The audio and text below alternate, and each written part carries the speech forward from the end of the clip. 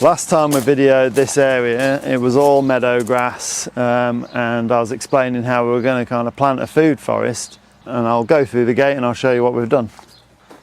So the first area and the most important area for us is composting. It's been able to put soil back onto the land, you know, that's good for the plants. So we've built 3 big bays, so all the waste food from the kitchen and everything is going into that composting area.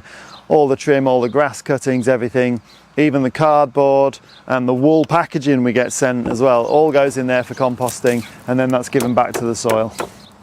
Right, so the beginning of the food forest area, so we took all this grass out here and we've wood chipped it and put some paths in. So we've planted everything in here as edible.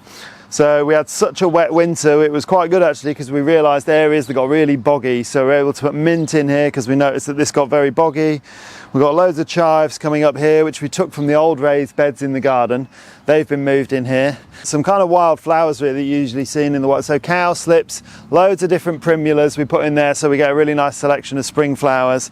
Then we've got your classic herbs, your oregano, thyme, rosemary, more chives.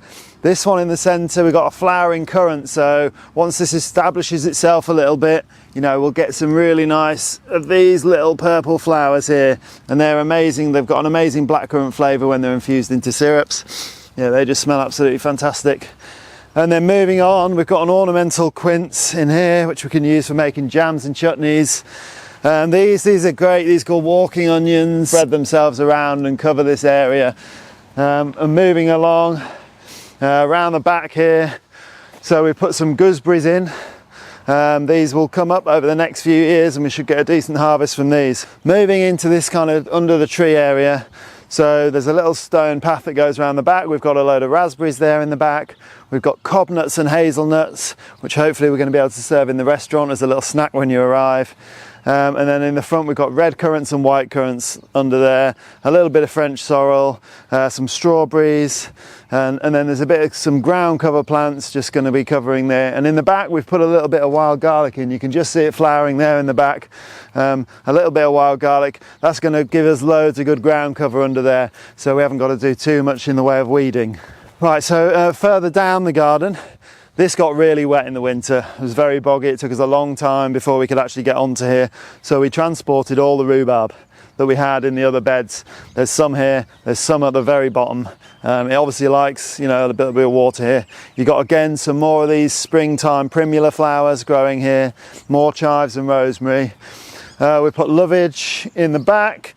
This is really starting to grow up nicely now. We're using this in the stuffed morels at the moment. And then on the back, here, we did have an edible hedgerow in the middle of the garden at one point, but we've transferred it here. So we've got sloes, cherry plums, some crab apples, and that's going to create a little bit of a hedgerow around the back. And then in here, we've got a bit more lovage. We've got some black currants in here.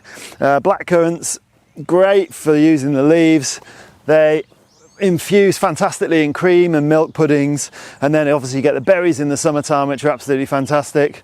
We've got a bay bush that we very kindly been given, put in the middle there, and then at the bottom again we've got all the rhubarb that we had and we've put all that in. We took all the mint out we had out the old raised beds. That's all gone in there because it just loves the wet down here. It has dried out a bit now, which is fantastic. And then we've just put the last of the edible hedgerow down here. There's a bit of sea buckthorn in there, there's some loganberries down here, and a bit of fennel herb, and then meadow sweet at the bottom, so we get some wild herbs in June that we can infuse into puddings. And that is the finished garden. Obviously it looks a bit barren now, but it's going to, you know, get a bit more established over the next few years, and we should be able to get loads of things from the restaurant here. It should be fantastic.